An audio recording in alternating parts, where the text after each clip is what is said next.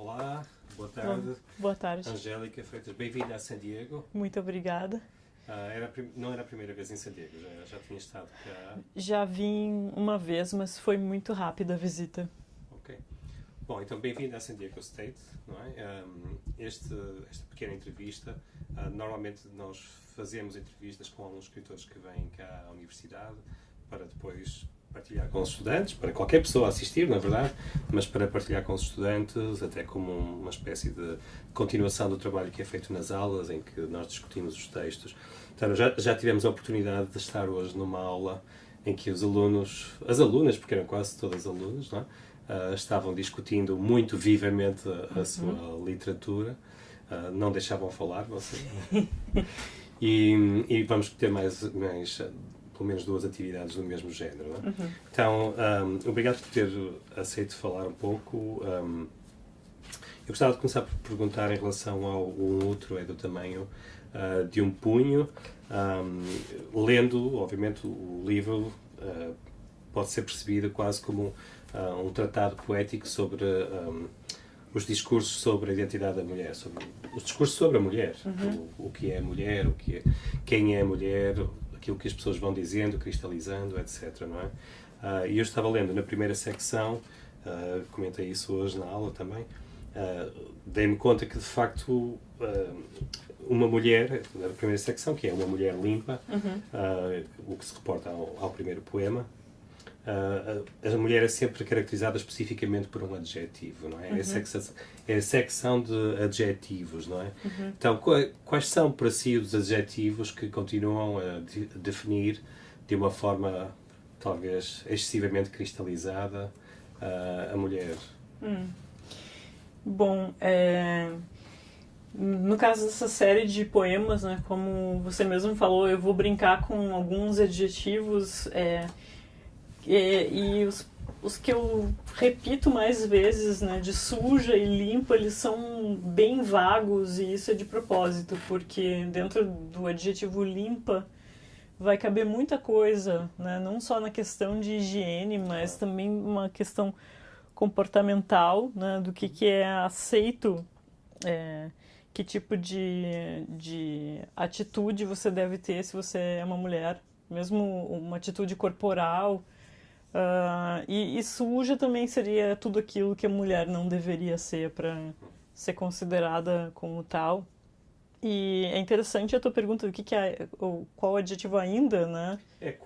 Bom, posso ler do livro, não é? Mas quais são os adjetivos que você acha que continuam cristalizando cada vez mais a visão da mulher, não é? Para mim, e no momento que o Brasil vive agora, porque quando eu escrevi esse livro, foi em 2010, por aí, ele saiu em 2012, mas eu ganhei uma bolsa para trabalhar nesse livro, para fazer pesquisa e para escrever, e eu passei quase todo o ano de 2010 e boa parte de 2011 escrevendo.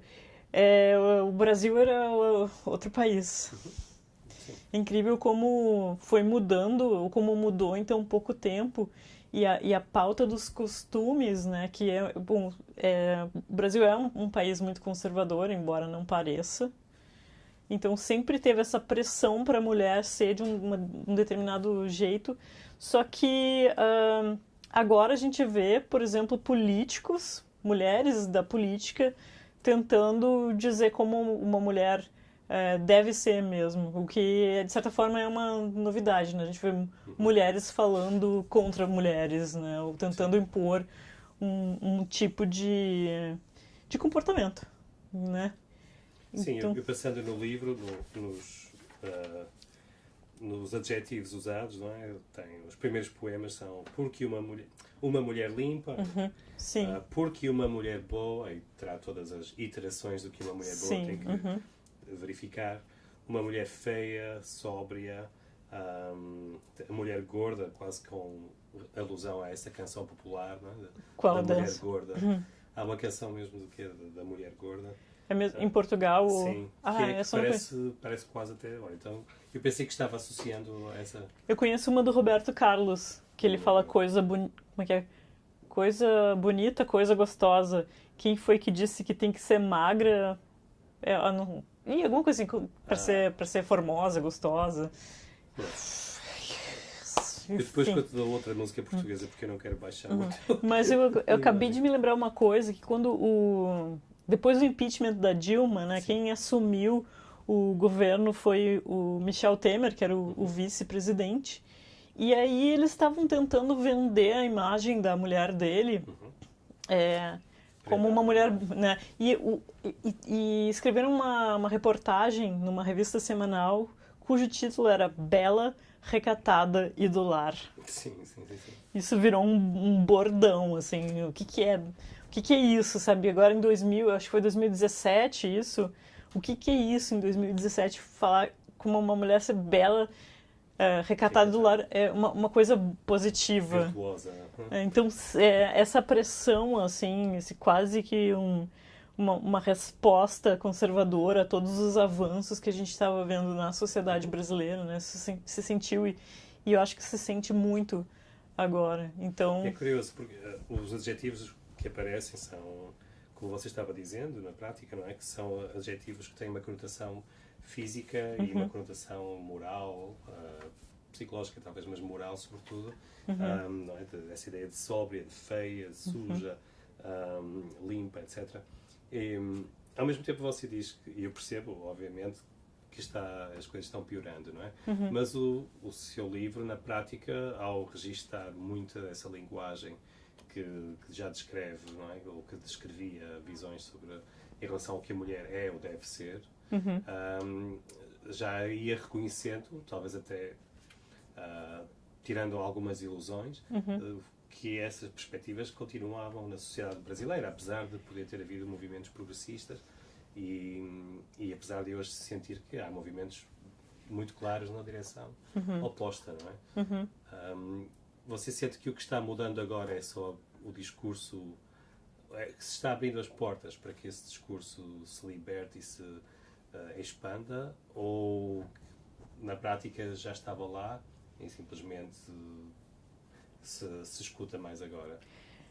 eu acho que isso sempre esteve na sociedade brasileira, mas num período, assim, digamos, que coincidia, veja só que coincidência, com o governo de esquerda no Brasil, a sociedade foi mudando aos poucos e revendo o seu discurso, né? Então, de repente, as pessoas mais machistas e homofóbicas não se sentiam tão à vontade para expor o seu pensamento. Mas isso estava lá e permaneceu adormecido durante esse tempo todo. E agora parece que as pessoas, enfim, mais não digo conservadoras, mas que estavam mais descontentes com todos, descontentes com os avanços, todos se sentem muito à vontade, porque sabem que, principalmente no contexto de rede social, se alguém falar, eu acho que o lugar de mulher é na cozinha, vai ter 200 pessoas dizendo é isso mesmo e aplaudindo. Então elas se sentem muito seguras para... não é mais uma vergonha, como era, assim, ser racista, por exemplo. Uma piada racista... Eu acho que o racismo... Bom, o racismo é muito grande no Brasil, mas assim... Eu me lembro de, nos anos 80, ver familiares meus fazendo piadas racistas e ninguém falava nada, assim, não fala isso porque não tá certo, né? Mas aí já nos anos 90 e nos anos 2000 a gente notou uma mudança na sociedade. Então, de repente, não se faz tanta piada, né? Mas o preconceito tá ali. Estava lá na mesma, não é? Mas sim, está claro, não é? No livro, às vezes, na leitura, não é, de todos os poemas, há quase que um esforço de definição. Não acho que você esteja fazendo um esforço de definição, mas um esforço de reunir todas essas definições, essas múltiplas definições. Não é? Então, o que quase me faz pensar, por alguma... talvez seja um puro absurdo, mas quase faz pensar que todo esse excesso de definições, de proliferação de definições, é sintoma de uma falta de conhecimento em relação ao potencial, não é? E à liberdade e às liberdades da mulher. Faz algum sentido isto, na sua opinião? Isto é, claro que as mulheres sabem quem são, mas ao mesmo Será? tempo, não sei, os homens sabem quem são, Uhum. cada um sabe quem é a si mesmo, Uhum. mas se calhar em termos de estrutura social há uma grande falta de conhecimento. Faz sentido dizer isso? Eu acho que faz sentido, mas também eu acho que é isso, tem uma grande pressão da sociedade e uma grande pressão do sistema capitalista também para a mulher ser colocada em um determinado lugar, né? Então é muito proveitoso para o sistema capitalista. Aliás, eu acho que o sistema capitalista não existiria se a mulher não fizesse esse trabalho não remunerado, que é ser esposa, né? A Silvia Federici vai falar sobre isso no trabalho dela. Então, todas essas demandas, né, que a mulher seja feminina, né, que se vista de uma determinada maneira, que tenha, que fale de uma maneira suave, eu acho que são formas que a sociedade encontra para colocar a mulher nesse lugar, né, de trabalho não remunerado, de achar que isso é amor. Recentemente vi uma foto da Silvia Federici segurando um pano de prato. Não sei como é que vocês chamam um pano de prato em Portugal, mas é o que se usa para secar a louça. Sim, um guardanapo. Pano da louça. E nesse pano de louça estava escrito como é que é? Não é amor, isso é trabalho não remunerado. Ninguém faz por amor. E, por exemplo, assim, eu sempre achava... Uma coisa que eu odeio são saltos altos, né? Eu nunca... Eu já usei uma ou duas ocasiões na minha vida, mas eu sempre pensei assim, olha, salto alto só serve pra mulher não poder sair correndo. Sim. Eu acho que tem que ser muito boa, ter muita prática de salto alto para conseguir correr dos predadores com um salto alto. Então é isso, eu acho que não é assim por acaso que existem todas essas pressões, né, para realmente a gente se conformar com um lugar dentro de uma estrutura maior. Claro, e porque quando eu há pouco dizia parecem todas estas definições um sintoma de uma falta de conhecimento, obviamente aquilo que me refiro é conhecimento do potencial realizável, do que pode ou não Sim. ser. Não é? Se boicotam várias formas de conseguimento e de realização, acabamos não sabendo de facto o que é que poderia ser. Pois é. Pode ser o que quiser, Concordo. é evidente. Não é?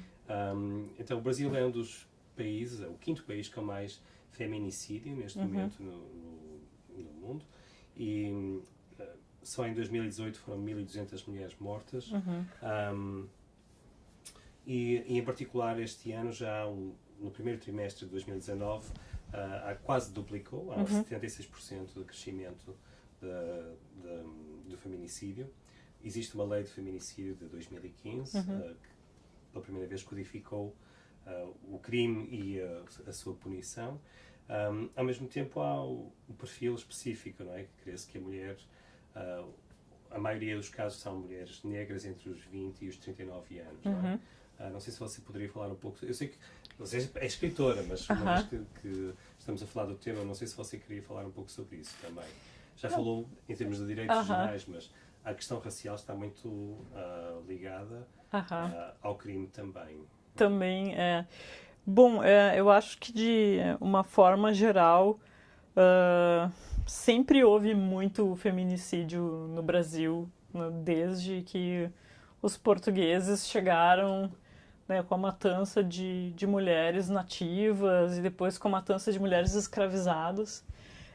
Eu acho que uma coisa importante a se dizer dentro da estatística do feminicídio que eu não sei qual é a porcentagem, mas muitas dessas mulheres são assassinadas pelos companheiros. Sim, pois, essa é mesmo a definição do feminicídio. Claro que há muitas mais mulheres que são assassinadas, como há homens que são assassinados, mas faz bem em lembrar isso, não é? Dentro da própria definição de feminicídio, é crime por causa do género ou em relações domésticas. Não? Então... E é bom lembrar também que no Brasil, até pouco tempo atrás, até algumas décadas, o crime de honra era uma coisa que não levaria um homem para a cadeia, né? Se ele descobrisse que foi traído, né? Eu não sei quando que isso foi revogado, mas muito marido que se sentiu, né, traído matou a mulher e não aconteceu absolutamente nada com ele. Então acho que já vem de uma tradição também de ver a mulher como uma posse, né? Não como uma pessoa, mas como um objeto mesmo, do qual se pode dispor. Eu acho que é isso. E agora... E a questão racial? A questão racial no Brasil, o que me parece que existe hoje, não só no caso das mulheres, é uma tentativa de genocídio das pessoas negras mesmo. Né? A questão das pessoas escravizadas nunca foi bem resolvida no Brasil, nunca teve uma tentativa de reparação maior do que o sistema de cotas nas universidades, né? E tem muita gente que questiona. Muita gente está ainda por cima. É um absurdo, né? As pessoas acham, não, mas a gente não precisa fazer nada, né? Quem vai entrar na universidade tem que ter mérito para isso. Então, assim, não houve uma tentativa para reparar a escravidão e essa questão continua muito candente no Brasil. Claro. E é isso, assim, a tentativa clara da polícia, principalmente a polícia do Rio de Janeiro, de matar pessoas negras, né? A mim também parece que há qualquer coisa específica também na ligação do género com a raça, não é? Porque o facto de ser o perfil do feminicídio, da vítima de feminicídio, o perfil típico ser precisamente a mulher de raça negra entre 20 e 39 anos, mostra essa dupla possibilidade de ser vitimizada e quando as duas coincidem torna ainda mais claro que os dois estão a graus de uma forma de violência, não é? Muito, muito óbvio. É claro que a mulher negra na nossa sociedade é a mais fragilizada mesmo. Sim. Hierarquicamente, economicamente, profissionalmente, não é? Tudo isso é óbvio, não é? Neste livro também, precisamente na canção da Mulher Gorda, não é? Também percebemos que a beleza não é salvação, não é? Porque diz-se que uma mulher, fala-se de uma mulher insanamente bonita na página 18, não é? Que vai ganhar um automóvel. Vai ganhar um automóvel, mas a última estrofe é: mas um dia com certeza vai precisar vendê-lo. Então, o padrão de beleza no Brasil, a beleza em si própria não traduz sucesso económico. E quando traduz, eu acho que você não está muito convencida sobre esse sucesso económico. Não. Sobre essa felicidade associada, não também eu escrevi esse poema, ele está dentro de uma série que vai ficando cada vez mais absurda e o caso desse poema específico eu acho que também para demonstrar que a condição da mulher é muito precária. Claro. Economicamente, de todas as mulheres em relação aos homens no Brasil é muito precária mesmo. Então, a beleza, que é um padrão super valorizado na nossa sociedade, eu acho que em todas as sociedades não te salva de é precário falir. Assim mesmo. Tem um preço também, vai acabar por pagar. Na segunda parte do livro, não é? Que é Mulher de qualquer coisa, Mulher de Vermelho, que é um fabuloso poema, Mulher de Valores, Mulher de Posses, muitos deles mais irónicos, outros menos irónicos, mas todos eles parecem exigir a preposição. Então, a mulher sempre precisa da preposição também para... Quando não é um adjetivo, é uma preposição que às vezes indica posse, outras vezes indica outro tipo de construção, não é? E não sei se poderia dizer alguma coisa sobre essas posses todas. Justamente, eu queria brincar com essa ideia da posse, mas depois fui puxando outras coisas também para rir um pouco da ideia da posse. Sim.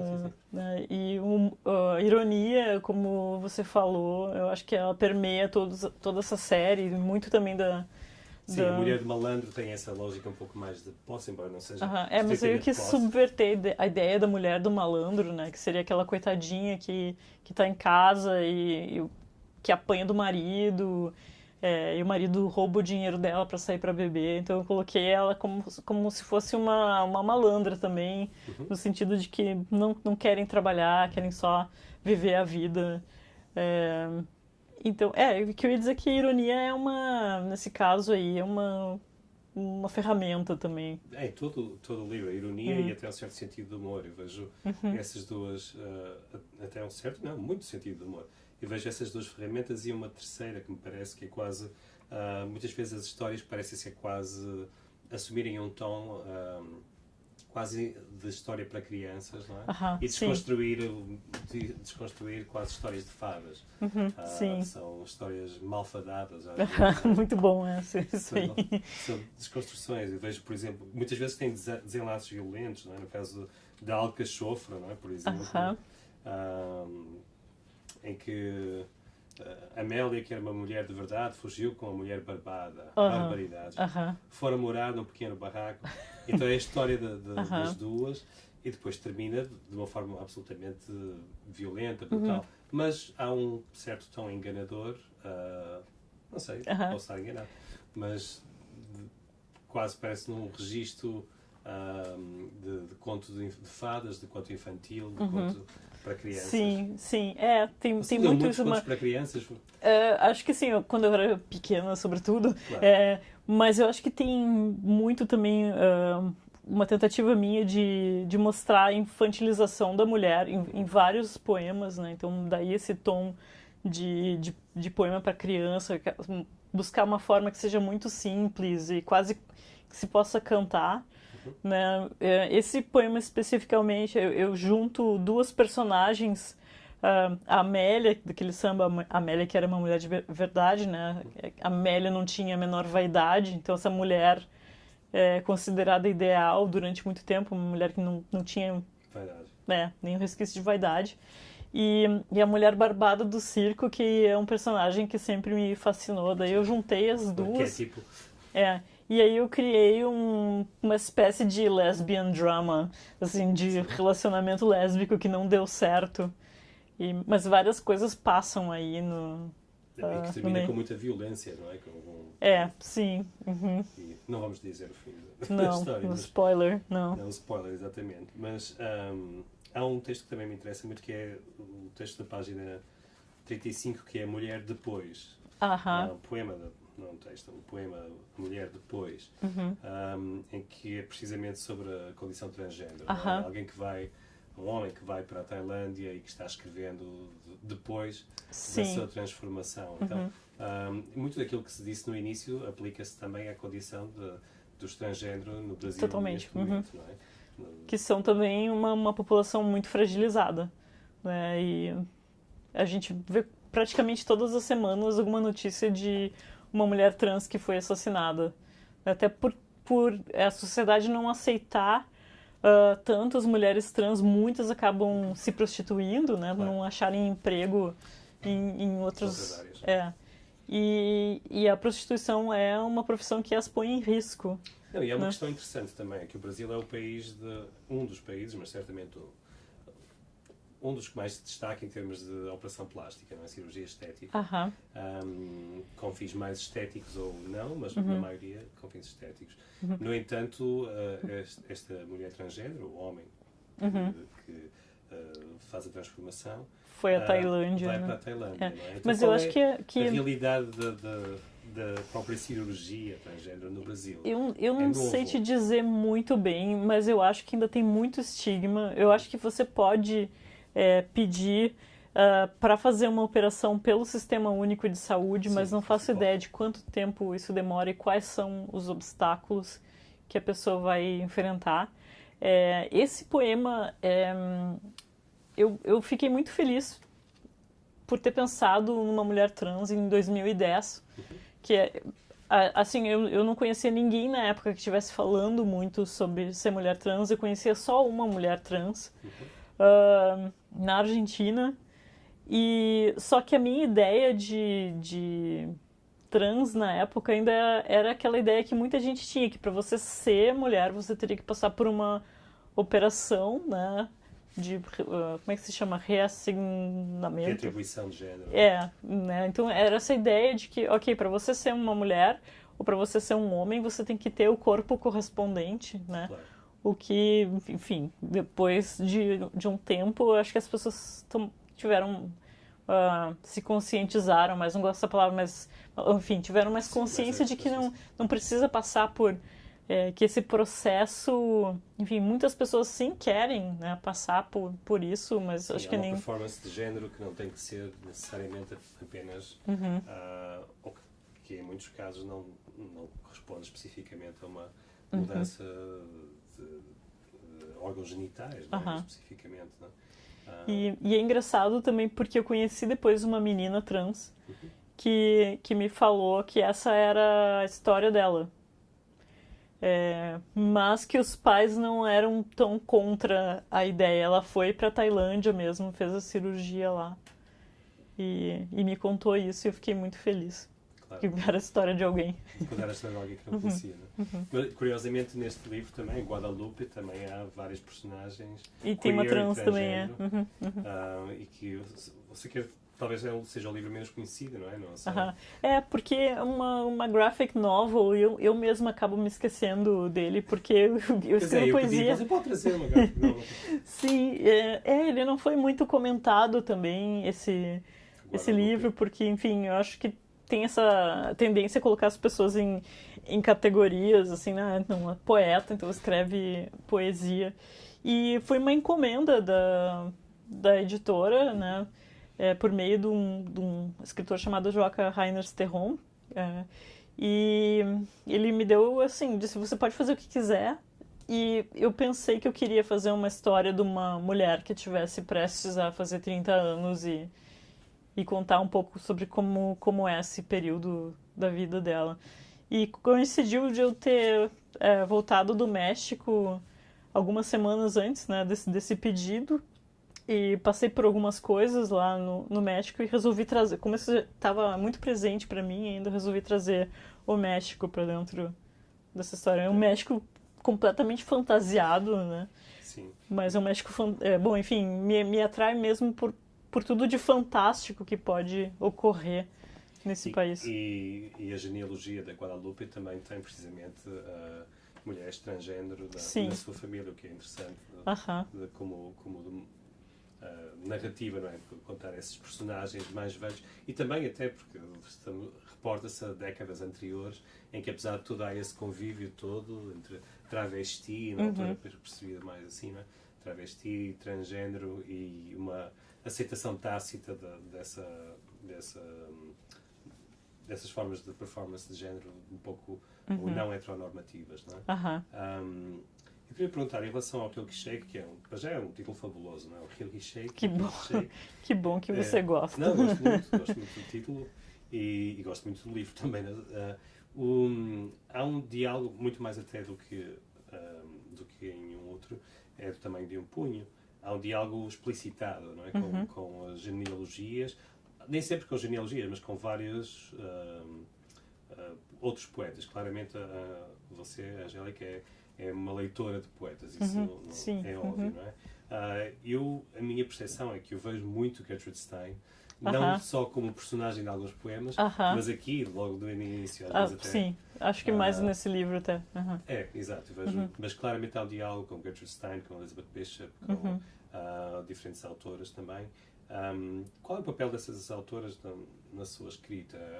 Porque no caso de Gertrude Stein eu percebo que há um lado literário, óbvio, de manipulação da linguagem, de manipulação no bom sentido, de trabalho da linguagem, que está muito presente, não é?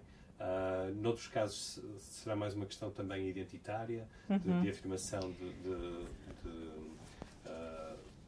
afirmação de uma voz autoral, independentemente da sua sexualidade, delas, não é? E às vezes também por causa da sua sexualidade. Eu acho que tem tudo isso também. Quando eu fiquei sabendo sobre Elizabeth Bishop, a sexualidade dela já veio de primeira, assim, porque eu soube da história de que ela foi morar no Brasil, que ela teve uma namorada lá, morou muitos anos, então o fato dela ser poeta e ser lésbica vieram ao mesmo tempo. E também sempre fui muito encantada pela história da Gertrude Stein, né, uma expatriada americana que morou em Paris e era amiga dos escritores e dos pintores, sabe? E era absolutamente radical no que fazia. Então, eu acho que isso tudo vem junto para mim e eu, obviamente, aprendi com elas a ver as coisas, né? Aprendi o que é que a gente consegue trazer para dentro de um poema. Com a Gertrude Stein, você desautomatiza a leitura, né? Começa a ver a sintaxe e as palavras de outra maneira. Então é isso, me ensinaram a ver, a ouvir meu próprio texto e... Sim, por exemplo, estou pensando, aqui sou eu que estou dizendo que vejo Gertrude Stein nele, mas, por exemplo, no primeiro poema, não é, de Uma Mulher Limpa, porque uma mulher boa é uma mulher limpa, e se ela é uma mulher limpa, ela é uma mulher boa.